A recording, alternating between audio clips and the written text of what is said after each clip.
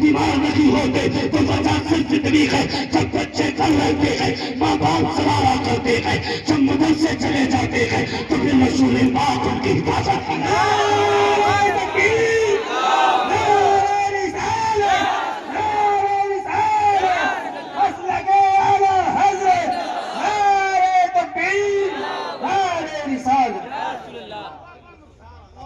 والا بھی والد، ہاں ماشاءاللہ مدرسے کے لیے ہمارے بھائی سبحان اللہ سبحان اللہ جزاک اللہ۔ بھائی ابھی 2 منٹ میں اٹھنے کا موقع دوں گا، آپ پھر اٹھنے لگے، میں نے منع کیا تھا بیٹھے رہیے گا مہربانی کر کے، میں اٹھنے کا موقع دوں گا اور میں بات کروں گا، بس میری آخری بات ہے یہ سن لیجیے گا، سن لیجیے گا۔ قبرستان گئے آپ لوگ جلدی بتا دیں؟ کتنے لوگ گئے؟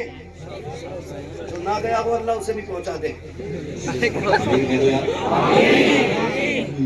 بس اتنا بتا دوں گا میں کہ جو اپنے پیروں سے چل کے جاتا وہ لوٹ آتا ہے، جسے دوسرے لے کے جاتے ہیں پھر وہ نہیں آتا ہے۔ اعلیٰ حضرت یہی کہہ گئے ہائے غافل وہ کیا جگہ ہے جہاں 5 جاتے ہیں 4 پھرتے ہیں، ٹھیک ہے نا، یہ یاد رکھیے گا، ٹھیک ہے جی؟ دیکھا قبرستان؟ گئے قبرستان؟ آپ نے دیکھی ہے وہاں قبریں کیسی ہوتی ہیں؟ ٹوٹی، اللہ سلامت،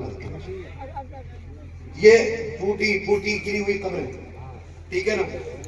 ہم اتنے بزی لوگ ہیں، ہم سال میں 2 بار قبرستان جاتے ہیں، ہم اتنے بزی لوگ ہیں سب، سال میں 2 بار قبرستان جاتے ہیں، جو روز جاتے ہیں وہ بڑے خوش نصیب ہیں، ٹھیک ہے، ورنہ جمعے تو جانا ہی چاہیے، ٹھیک ہے نا۔ مگر میں کہہ رہا ہوں تو ہم اتنے بزی لوگ ہیں نہیں جا پاتے ہیں، اور سال تو سال میں قبر ہی بھول جاتے ہیں، تھی تو اسی حد میں، لیکن پتہ نہیں ہے کون سی۔ یہ کلیئر ہے نا؟ بہت ذہن سے میری بات سنیے، یہ کلیئر ہے نا؟ خبریں ہمیں یاد نہیں رہتی، مجھے نہیں پتا میرے پردادا کی قبر کون سی ہے، میں اپنی بات کر رہا ہوں، آپ کو کیا کہوں۔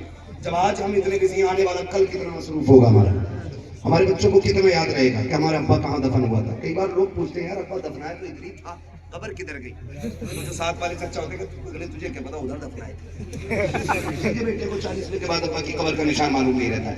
یہ حالات ہے ہمارے، کوئی گارنٹی ہے کوئی ہمیں بخشوائے گا؟ بولے گارنٹی ہے کوئی؟ زور سے بولو، کوئی گارنٹی نہیں ہے۔ جو ہمارے مرنے کے بعد دفن سے پہلے دکانوں کا حساب لگا لیں، وہ ہماری جائیداد سے ہمیں بخشش کے لیے خرچ کریں گے؟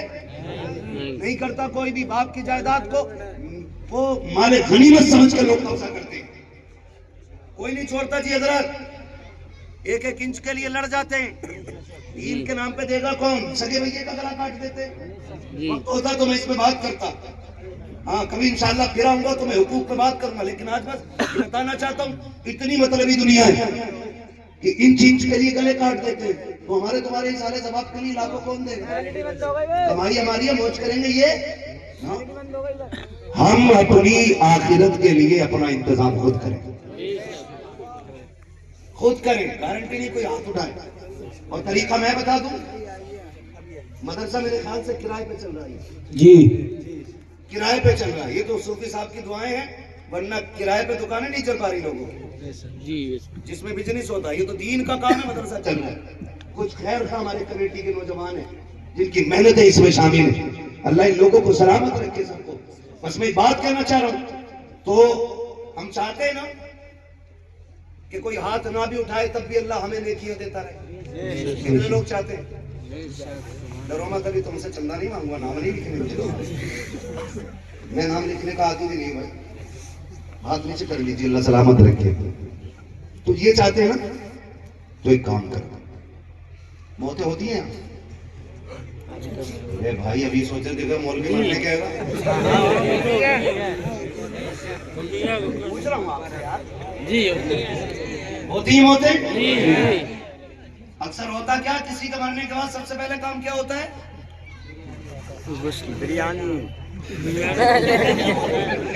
اور کفن اور دفن کا سامان اور قرآن کی پیٹی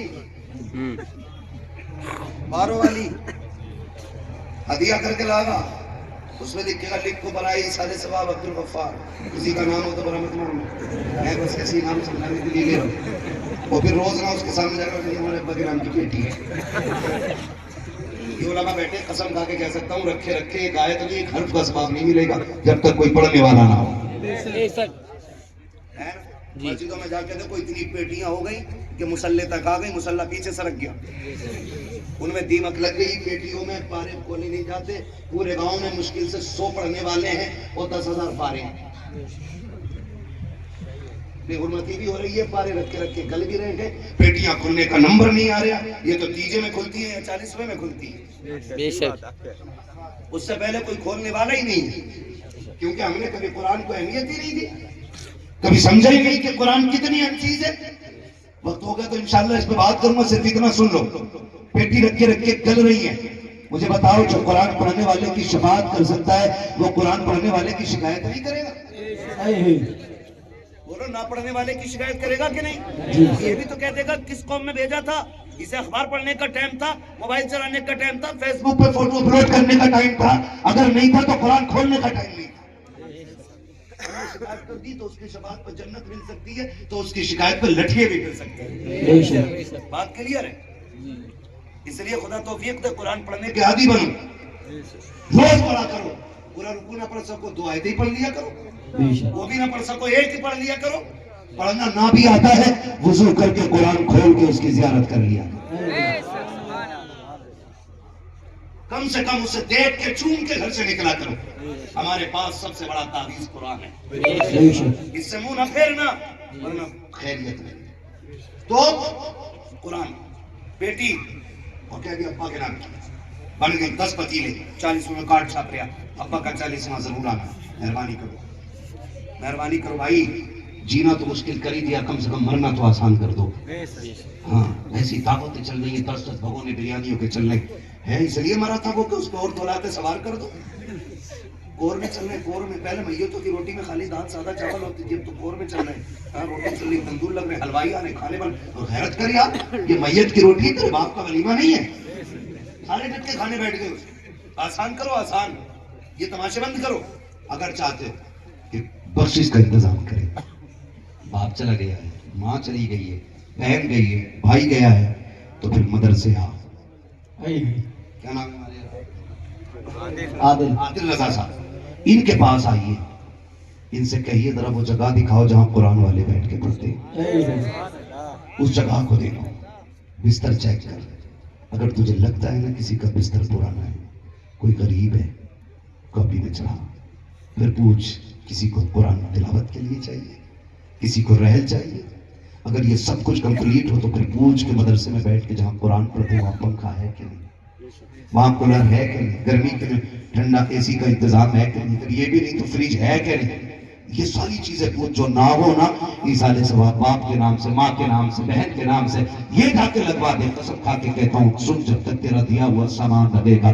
گرمی کا موسم آئے گا, یہ قرآن والے بیٹھ کے قرآن پڑھیں گے, جب گرمی میں پسینہ ٹپ ٹپ گرے گا, ہوا کا راؤنڈ گھومے گا, آگے ہوا کلیجے کو ٹھنڈا کرے گی, اللہ تیرے باپ کی قبر کو اپنی رحمتوں کے ذریعے ٹھنڈا کرے. سبحان اللہ, سبحان اللہ.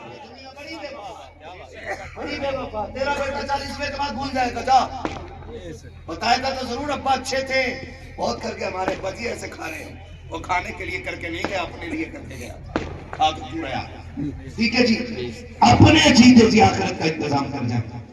آپ کو خدا توفیق دے تو اس ادارے کی بنیاد میں حصہ لیں, بنیاد اس ادارے کو بنوانے میں محنت کریں, اور اتنی محنت کر دیں کہ اس میں آپ کا نام شامل ہو جائے.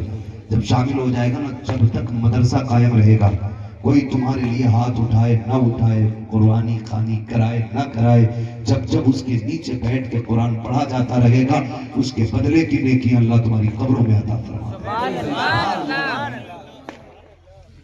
تو آپ سے میں گزارش کروں, ہے کوئی بندہ, میرے بھائی نے کسی نے 1500 دی ہے, ابھی کسی نے 1000 دی ہے کوئی بندہ جو سب سے بڑی بولی حضور کے گھر کے لیے سب سے پہلے لگا؟ ماشاءاللہ مرحوم حاجی شہزاد صاحب کی جانب سے 1000 روپے ادارے کے لیے پیش کیے گئے. سبحان اللہ, ماشاءاللہ ہمارے نوجوان نے 1000 روپے پیش کیے. اللہ سلامت رکھے. میں اس سے بھی بڑی بولی کا منتظر تھا, میں سوچ رہا تھا اتنا بڑا مجمع ہے تو کوئی پنجتن کی نسبت سے 5 ہی بول دے, 11ویں کی نسبت سے 11000 بول دے. ہے کوئی بندہ ایسا جو اٹھے اور سب سے بڑی بولی لگائے؟ دیکھوں میں ایک نظر, ہے کوئی؟